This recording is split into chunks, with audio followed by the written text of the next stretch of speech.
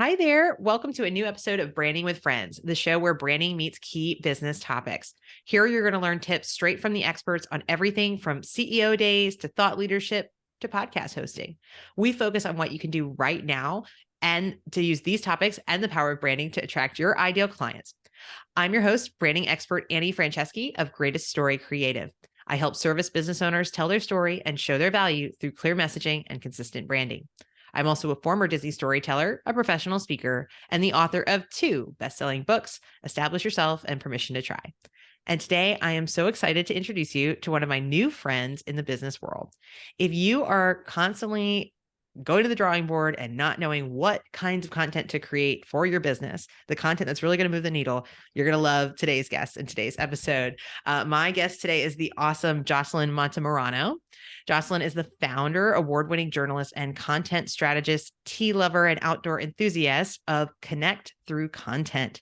Her mission there is to empower expert entrepreneurs and thought leaders to cultivate a community of aligned clients that converts so they can get their messaging and innovative solutions to more of the people who need it most. She primarily focuses on supporting her clients by launching and managing a video podcast that allows them to create a scalable content ecosystem across channels, giving them the visibility, authority, and connection they need to power their impact. Ah, amazing. Don't we all need that? Thank you for joining us, Jocelyn. I'm so glad you're here. Yeah, thank you for having me on, Annie. I'm glad that we have connected and that you invited me. Yes, absolutely. And I think we know each other through Ashley Kang, right? Like she kind of connected our We dots do. and she was here on Branding with Friends for CEO days. So whether this is your first time or you've been with us for almost all 40 episodes, content creation is the name of the game today. And Jocelyn has brought along count them, three great tips for how to be more strategic about the kinds of content you create, because I think we all understand what it's like to open that camera on Zoom, writes a blog post, and just be like, what am I even supposed to talk about? So Mhm. Jocelyn is going to tell us, she's going to share three big tips. She's going to save that last tip just for the end to make sure that you hear the entire episode and get her free gift that she's brought along. So content creation. Let's just start with, I know you've got these tips, but just tell me a little bit, what is content? Let's play dumb here and let's play, simplify this, because I think that it can be this big jargony word, and what really is content in your eyes?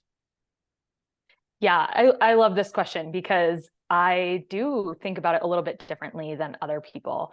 A lot of what's kind of shared in the online business world is around like content that converts and these specific formulas and things that, are going to move your people to buy immediately and things like that. And while content, of course, can play a role in the purchasing journey, I like to think about content as a lot bigger than that. To me, it is connection, and it is really a vehicle for you to be able to make the impact that you want to make. Because without publishing content, unless you go and have conversations with hundreds of thousands of people a day, you cannot get your message and your solution to the people that need it most and make that much larger, widespread impact. So really, to me, I view content as a way to kind of scale connection and scale kind of like what types of conversations we would be having one-on-one with clients or prospects,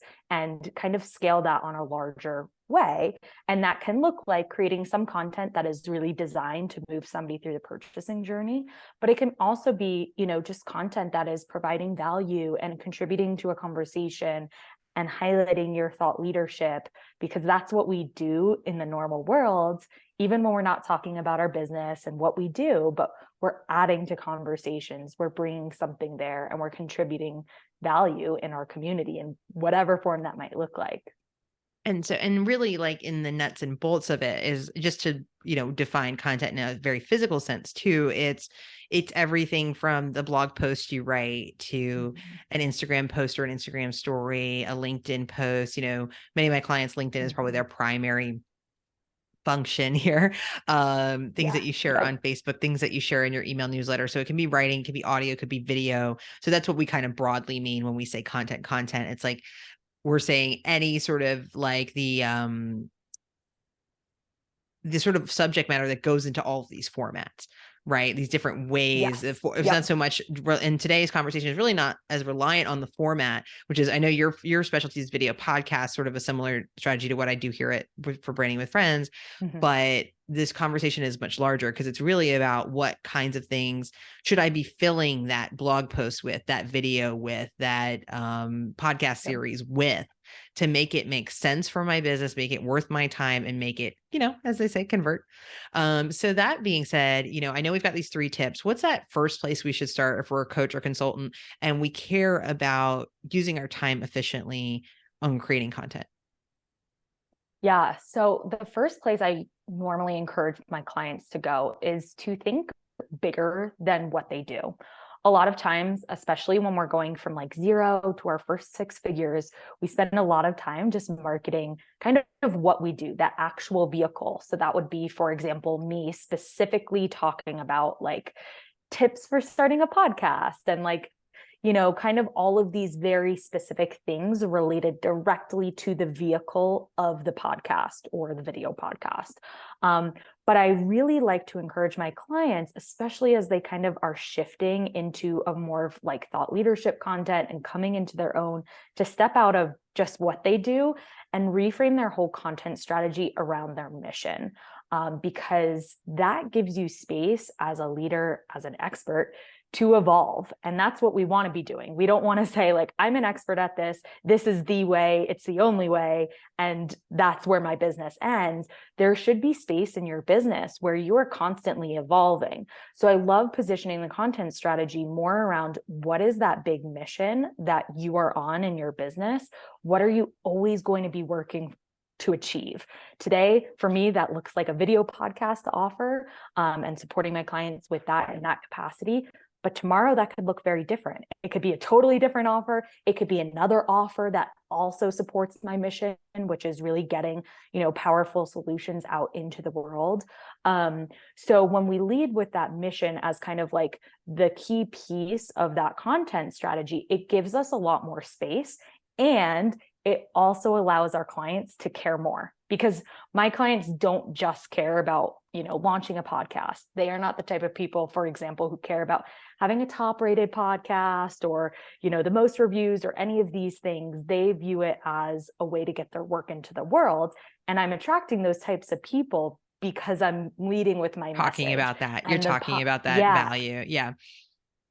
And that's the destination of where they want to go, right? I had a coach once named Adele who said, like, you got to stop talking about the plane and talk about where, Bermuda and the beach. Like, I could care less about the plane. I love that. Yeah. Like, if you tell me one more time about how great the plane is, I'm like, I don't. And she was right. Yeah, and so, it's like, I don't care.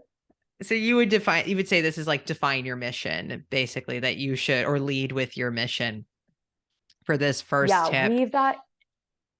Weave that in a lot more, because so many people aren't, and that is going to attract value aligned clients and really make a difference, and not just like the type of people that are generally interested in what you do, but the type of people that share the same values as you, share that same mission, and are really driven by that just inherent nature of a specific mission, a lot more than just a general tool or a vehicle that you're using in your business. And that plane analogy is perfect. Nobody cares if we're getting on a United plane, American Airlines, and the snacks you're going to have, and this and that. Yeah. We want to get to Bermuda. Right. Talk about Bermuda. And, for me, it's like, talk about Disney World, right? Like that's my end result. But, something I don't want to say push back, but I want to add to this from the branding perspective, from coaching clients, is I think that sometimes people almost, in my experience, I've had a lot of clients who kind of do too much of this and not enough of this is clearly what I do. And that context is really important. And I see a lot of issues that their business isn't even set up to have like an offer, and they're so all about the mission of transformation. But without both, I think both are really essential. And I think you've kind of explained that there is a foundation building step here of being clear on what you offer, making sure people know what you do, that you do branding or you do this podcast hosting thing, because just talking about like powerful solutions and having an impact doesn't make any sense without it being tied to what you actually sell. Yes. It's the alignment. So I think it's both, but I love that, we're really speaking to people who, okay, you've mastered, most people know what you do. What's that next level? right? What gives you that jumping off point? So if you are in that space of like, if you are very clear on what you offer, you're saying it consistently, most people in your network, you're confident, they know what you do, they know that you have a great signature offer. Cool. That take this to the next thing. The other thing is like, just don't forget about the clarity. Like that's my mission, right? Helping people be more clear about their story. That is a huge part of what, but you've got my gears turning too, because I feel like I'm at that point within my business that most people know I do branding. They know I do a solution. And I think you're right. And I think I'm organically leaning into what you're saying, but I think the strategy of really leaning into it is important. So I'm really glad you've brought that as our first action step, which is to define your mission. And so making sure that the kind of end result is something you are constantly leaning into and flying, and that you can't do that without those initial branding steps of, well, what do you want to be known for? How are you marketing that? How are you packaging what you do? Yep. So just all more to say rah, rah, rah, yes. And this is like 201 to me of like, yes. Not forgetting about the 101. People go, see, Annie, she said to do mission. I was like, yes, but she also mastered what she offers too. And that's something I think you've been a great example of. Yeah, I'm really glad you brought that point up, because it's about leading with that mission, but positioning what you do in that context, right? So again, somebody else's mission who is like, number one podcast in your category or something, that's going to speak very differently and influence their content really differently. So I love just that you brought that up, just to clarify for everybody. An anchor. You are still, still you're talking about what you do, but now it's like in the context of your mission, as opposed to just like the basics or the 101 of what you do. It's like, no, here's the direct connection between my tool or my vehicle that I use in my business and this big mission. And this is why you should care. So right. I'm really without glad the connection is not, people don't care and people don't invest, or they like, yeah, that sounds great. That feels great. I can't tell you how many times I see people go after the mission side of their marketing, but they don't they hardly ever talk about what they offer or define it. And so nobody buys from them. They're like, why does no one buy from me? And I'm like, because you're never selling anything. Because you're never connecting that dot of you're just making people feel good, which is great. I love you making people feel good about stuff, but you're not. And I don't say that, like, I'm very much about sleaze free selling too. And there's lots of ways to do it as a warm invitation. But if you never talk about what you offer, no one's going to go, you're waiting on someone to knock on your door and go, I love this. Please tell me what you sell. Like, most people aren't going to do that. Yeah, exactly. So I'm really glad you connected the dot there, because that's definitely kind of what I meant, is just, you need to make sure that your content kind of is connecting between what you do and that big picture mission. Yeah, I think it's, we were saying like lead with your mission, or maybe it's like layer in your mission is kind of like what I'm hearing you say. Yeah, that's a beautiful term for it, for sure. Like, so we don't lose that really important footing. And I love that. So that's the first place we start. What's the next thing we should do? Okay, we're starting to incorporate our mission more in the content. So it's got this broader, more aspirational kind of element to what we're talking about, and not just, hey, I do branding, right? Or, hey, I do podcast strategy. So what's that next thing we should consider?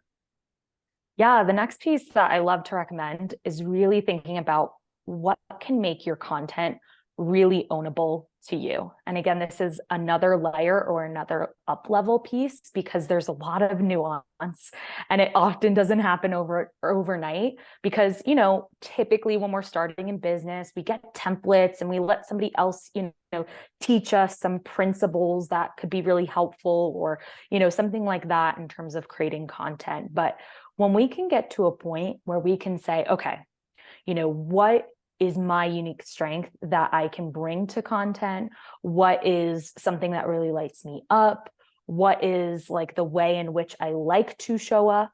And what is just like really inherently ownable to me as an individual leader, because of my unique experience, expertise, clientele, all of these different factors that nobody else has. So how can I turn that into something that's really ownable? And for most people, when I'm working with clients, what I recommend is thinking of like what a branded content series would look like in terms of making that ownable experience. So what I really am getting at here is kind of like thinking about, okay, if I were to publish like the same type of content, either weekly or monthly, depending on how big it is, or however frequently. But if I were to publish kind of like almost like a series like this, what would that look like? How would it be different than what's out there? How would it be something that somebody else couldn't really even copy? Not that they would be trying, but just couldn't, because it is so inherently just ingrained in who I am as a leader. And then turn that into this series. And what happens is you'll notice your community really loving it, because it's just like oozing with your personality. It's something that they're coming to know and expect and look forward to. And it becomes a lot easier for you to create as well, because you kind of have given yourself this one structure or this one template, or however you want to think about it in your head, to create from kind of again and again. And it makes it just a lot easier to get into that more ownable place of like, this is mine. This is my little thing, my piece of the internet here. Yeah, I love that. Like my piece of the internet. And I'm hearing a lot of like, this comes again from like having that foundation of knowing it, what it is that you can own, like knowing yourself well enough, knowing your practice well enough of what you're trying to accomplish. And what could that branded series look like? In my book, Establish Yourself, I call these consistency containers. So sort of a container to put like to help you be consistent in your marketing, because it's so hard, right? And like you kind of, preaching to the choir here, like Branding with Friends is a system, right? We're coming up on 3 episodes because I have a system and templates and a format that really works for me and is unique, really kind of mashes up all the things you were saying, but that ownable experience.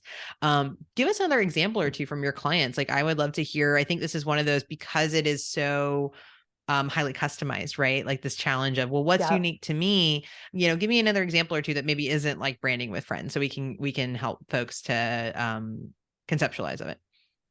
Yeah. So I'll give you an example of a client on social media, because I know a lot of people are kind of on social media. And even if you don't have a podcast or anything like that, you can get started with this type of thing on social media or to your email list.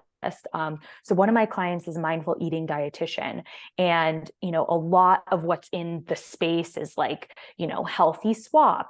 You can trade this food for that food. It's a lot of information. And it's a lot of similar information because, of course, in the nutrition industry, there are, some principles of like, don't eat Cheetos or limit how much you eat Cheetos. No and eat Cheeto an apple, philosophy. right? Yes. Yeah. So one of her branded series that we conceptualized was about mindful eating. So every one of these, they were just social media posts, was just one simple mindful eating practice. And it was something that not a lot of people were doing in this space, but it was really about getting people to be in touch with their body before, during, and after their meal experience, so they could cultivate a much more positive relationship with food. So each one was just like a 30 to 60-second tip that they could implement. Was it a video? Was it writing? Like, what was the format for the content? Yeah, so we've actually done a couple different formats of it just to hit it from multiple different angles, because we know Reels does really well, but she built her business with photos and graphics before Reels, were a thing. So that does perform really well. So we usually kind of cycle through them and like we'll kind of map out 6 months worth of this and then kind of repeat it in a different format so that there's lots of variety and we're content repurposing and see our episode on that. Yeah. Yes. We're not here to just tell you to create a bunch of stuff. We're here to tell you create strategic stuff, reuse it smartly. Yeah. And when something performs really well, you have to remember not all your audience is seeing that. So give it some space. You don't need to do the same thing, 5 days in a row, but we're like, great. We have done this as a carousel. We've done this as a graphic. We've done this as an email. We've done this as a reel. We've done this as like a longer good form for blog you, post. right? Like most of us just share it one time. Like I've definitely adopted that. Like you got to share things multiple times because you're right. Most people don't see it the first time or the second time or third time. And I love the different formats people consume differently, right?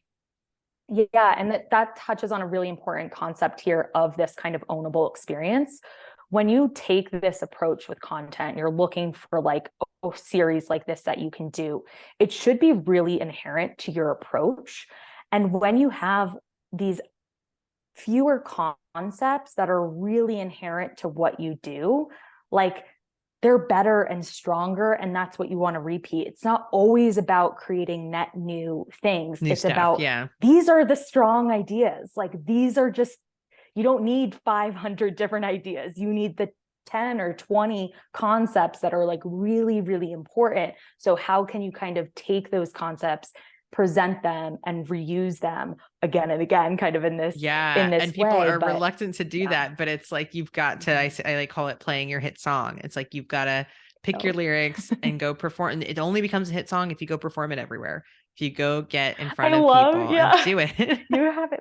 You have the best analogies, the plane, the hit song. Like that's such a good when you spend 2 years writing a book, you identify all the analogies and metaphors you can possibly think of. But that is absolutely, but that's the thing. It's like, I always think with the Beatles, like their first single, which I think was She Loves Me. I'm sure the comments will get me. I'm totally wrong.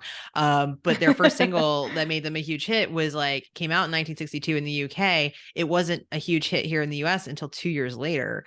Like people don't remember that, right? They're just the Beatles, but it's like one example of, we know the tour bus, we know that you've got to go out there and play the gigs and play the song, and not, if you constantly change the lyrics or you change the melody, no one's going to sing it back to you. And that's the moment you want, is that people start singing your song back to you. They get interested in the whole album. They want to buy the t-shirt. They tell their friends, like all that stuff, but it never happens without the clarity and the consistency, without the, the commitment, I would say commit to playing your hit song. It's just that simple. But I'm sure you hear, it's not, people don't want to do that. They won't do anything but that. They would say please let me rewrite this song 20 times all week and never tell anyone what I changed about it. It's like, no, please just play it. No, I love this analogy, because I think there's such a pressure in the entrepreneur, especially online business world, to publish, especially if you're using social media as your main platform, to publish daily, to publish all of this new stuff. And, the work I do with my clients, I'm like, publish one really strong piece per week. And then, my job is taking that and leveraging it and reusing it and doing all of this work. Yeah. But that's the whole point, is spend your time creating something better and something meaningful, like this hit song analogy that you're using here. And that's going to just lighten up your workload so much. And it's going to push you to be a better leader at the same time. It's kind of simultaneously. I love it. I love double dipping, triple dipping, quadruple dipping. That's what the system is for me. I get to network with people, get more visibility. It's all there. So far we would say, layer in your mission, create an ownable experience. I know we've got that third tip, but before that, I know people are going to want to learn more from you. And I know you brought something along. So what is that people, through the links, wherever you're watching or listening to this, you can get to know Jocelyn a little bit better? What have you brought along for Branding with Friends, folks? Yes. So I have an email series where I share how you can cultivate a community that converts. Community is really at the heart of what I do. I believe, especially in this era of algorithms, new channels and platforms popping up, weekly, it feels like all the time. It's do I need to be on TikTok? Do I need to be on Clubhouse? Having a community that is built around your brand and coming and seeking your brand out, I feel is one of the most important things that we can do. And anytime you invest in your community and really cultivating that digital relationship with them, it's going to provide an ROI, whether that's next week after you publish a piece of content, or 3 years down the road when you launch a new offer and you have people lined up waiting for it. So in my email series, I share insights and stories for how you can really cultivate your own community through your content. And if you choose, through a video show, which is how I help my clients do that. The bigger mission on Parade. I love it. Practicing what you preach. I appreciate it. Yes. And if this episode has gotten you thinking, oh gosh, I don't have the fundamentals down, I'm not branding myself with a clear offer and putting out what I am and what is my mission? How do I articulate these things? That's what I can help with through branding services and business coaching. You can always grab a free consult with me if you go to greateststorycreative.com and get that big red button in the top right corner. So with that, we said, layer in your mission, create that ownable experience. And what is that third and final big action tip for coaches and consultants when it comes to content creation? Yeah. So the best thing you can ask yourself constantly is what can I add to the conversation that is already happening within my niche? That's going to really help you uncover ideas and not just post the same Googleable information that everybody else is posting. Now, I do want to, set the context for this too. Sometimes we need to provide context. So we do need to share some posts here that lay the foundation and is just like pure information that, other people could share. But when we're thinking about, okay, how can I really show off my unique perspective, my unique approach, the way I think as a leader in my business and how I approach my subject matter, we want to start looking at like, okay, what can I add to the conversation? And I think this for me is really about kind of like, you can be scrolling your own feed and see something and be like, oh, I really agree with that, or I really disagree with that, or, oh, those are some great tips. What would you add? That way you don't feel like you're competing with somebody else. Like pretend you are in like a circle conversation, roundtable conversation with other people in your niche. You wouldn't go and repeat the same thing that they just offered. You wouldn't repeat the same tips. You wouldn't repeat the same stories or, whatever it might be. You're going to add something on top of that. So look for those moments, especially as you are consuming maybe some other people's content in your niche and not feeling like you need to copy or that you need to compete and be better or challenge what they said, but really layer on that nuance and be like, oh, she touched on these things that were so interesting. But she didn't mention this. And like, that's so key here, and get really excited about that. I think that that's really important. So you'd phrase this to me as add something new to the conversation in your industry. And I think that that's a really great, whether it's, an opposing thought or an additional thought or something, but this idea of, one, I love that, you wouldn't repeat yourself. You wouldn't say the sort of basic 101 stuff to the people who are already in your industry, even though this content is for your clients. But you would start to talk about like it's kind of the formation of your own philosophy. And this is a step that I don't see so many business owners that I come into contact with are just really even unclear on what their business does, let alone like what their philosophy is. And I think that you're kind of teaching a practice in a way of paying attention to what the conversation is and starting to critically ask yourself, what is missing here? What do I believe about this? Am I practicing this enough? And I think for me, that was a nuance I missed for the first half of my business. I've been in business for almost 10 years.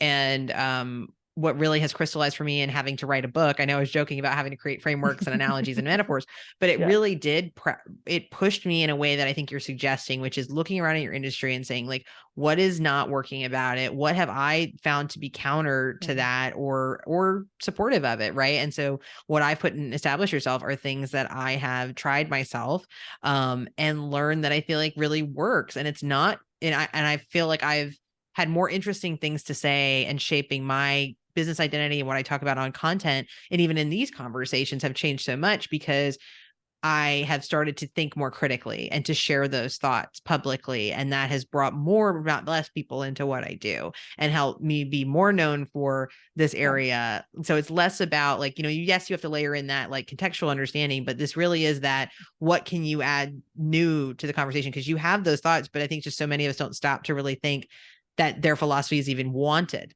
in this conversation space. But I think that's such a powerful note to end on today of, layering in the mission, creating that ownable experience. And then that last piece of like, part of how you do that is bring your original critical thinking into it. And if you're not already doing that in your business, that's going to be the real game changer, let alone how you talk about in your content. Absolutely. And it just makes your content a whole lot more interesting because will become, especially as you practice this, just so much more different than what is already out there. So you're really contributing something, and you're contributing it in a way that is meaningful and, again, coming from your strengths, your experience, your own expertise and work that you do, which is different than everybody else's. So it's a great practice, and it's a good way to look for ideas when you are just feeling like, and great way to write a book. You could just be like, force yourself to do it. I mean, it's a creative practice. Yes. And apologies to our listeners and watchers, because of course the folks are doing the leaf blowing right outside my window as we're trying to share important tips here. Come on. I should tell them that I'm recording Branding with Friends. You should know this. but apologies. At least we're right here toward the end. But Jocelyn, thank you so much for being with us. I think these were all great tips, and I'm hoping that people will listen to them and learn that it's not about creating any content. It's creating content that aligns to what you do and sharing it in thoughtful ways. So thank you again for joining us. Oh, of course. Thank you so much for having me, Annie. Yeah, and we hope you guys enjoyed yet another episode of Branding with Friends. So many thanks to my special guest, Jocelyn Montemarano of Connect Through Content. I hope you'll tune in next time when we're going to tackle another topic where branding and business meet. Till then, I'm Annie Franceschi of Greatest Story Creative. You can find all our episodes, branding resources, and so much more on our website, greateststorycreative.com. Thanks for stopping by.